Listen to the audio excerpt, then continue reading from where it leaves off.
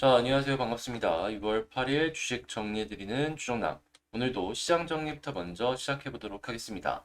일단 뉴욕 증시 같은 경우에 전일 이 미국 국채 금리의 상승을 다시금 꺾어내는 모습을 보여주면서 이 전체적으로 상승 마감의 모습을 보여주었습니다. 이날 10년물 국채 금리는 무역 적자가 개선됐다라는 소식이 보여지면서 하락세를 보이며 이 2.98대에서 거래 마감되었는데요. 심리적인 저항선인 3%에서 하락하는 모습이 매우 긍정적이었다라고 분석해 볼 수 있겠습니다.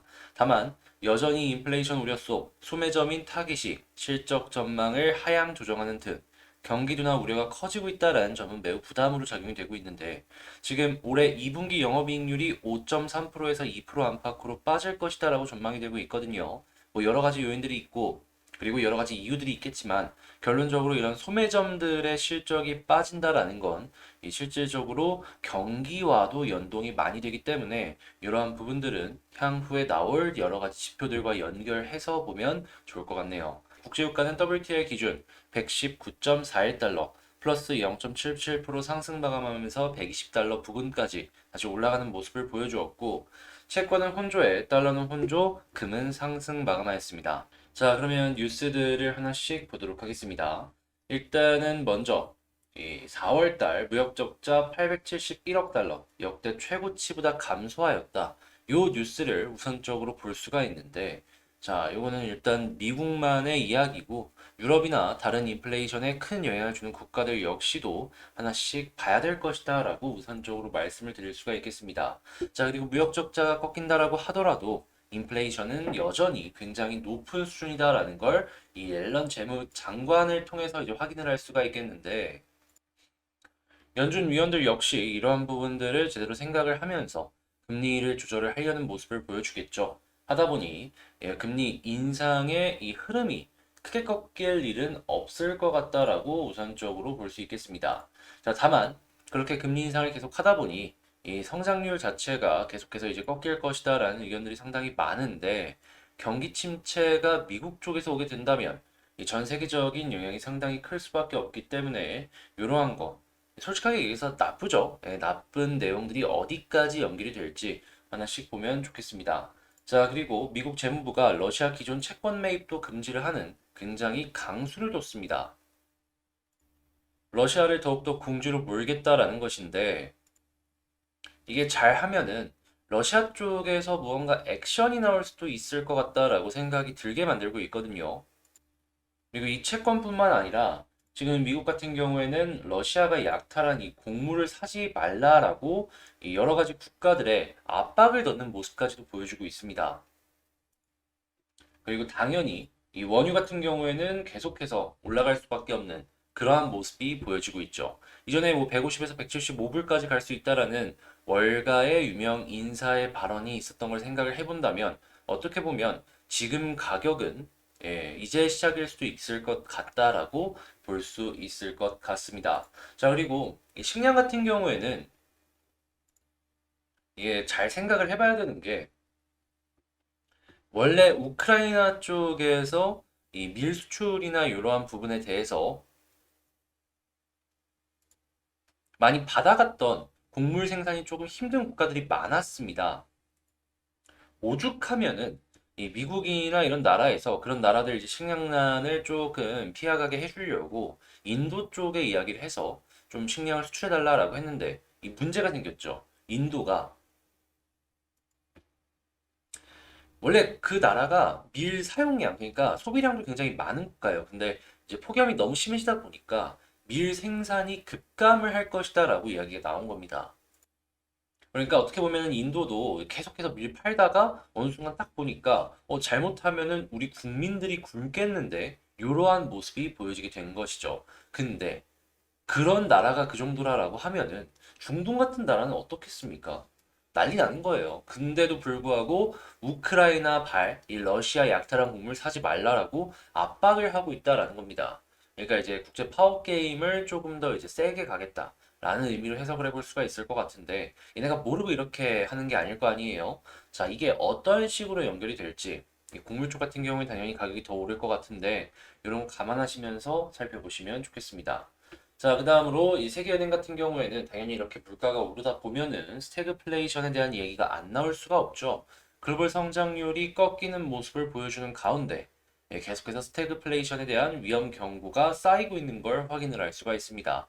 이게 전 세계적인 기조로 바뀌게 된다면 야, 한동안 진짜 몇 년간은 힘들 수도 있을 것 같다라고 보여지네요.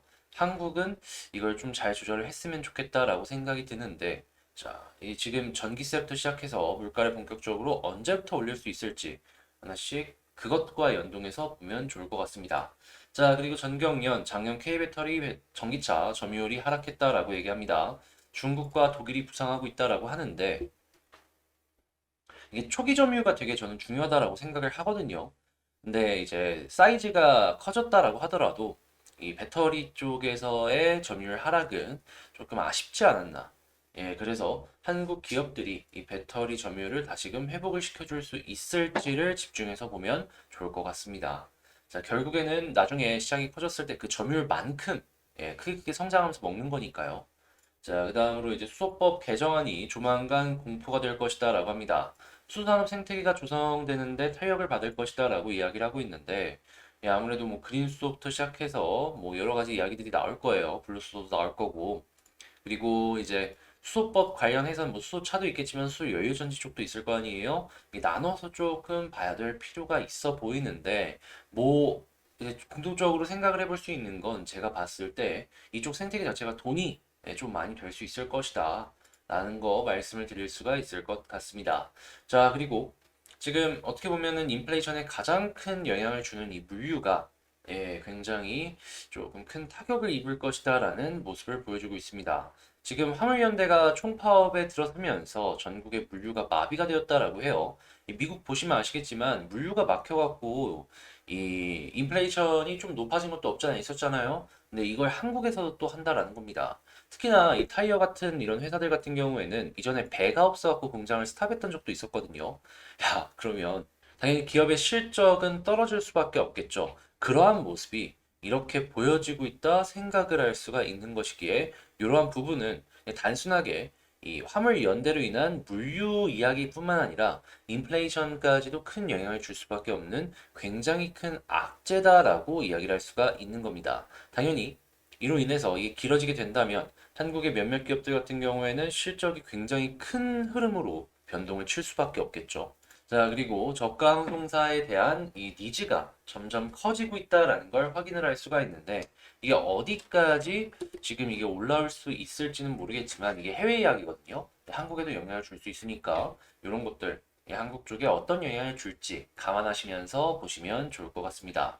자, 그리고 이 서울 쪽, 특히나 강남 쪽에 이 여러 가지 규제들이 많았다 보니까 아파트 공급량이 확 줄었어요. 그러다 보니까 오피스텔 새로운 거 짓기만 하면 완판이 된다라고 하는데 서울에 사업장 있는 기업들 같은 경우에는 미분양의 이 늪에서 완전히 도망갈 수 있으니까 자, 이 서울 쪽에 사업장이 있는 건설사 이런 쪽 위주로 많이 보셨으면 좋을 것 같네요.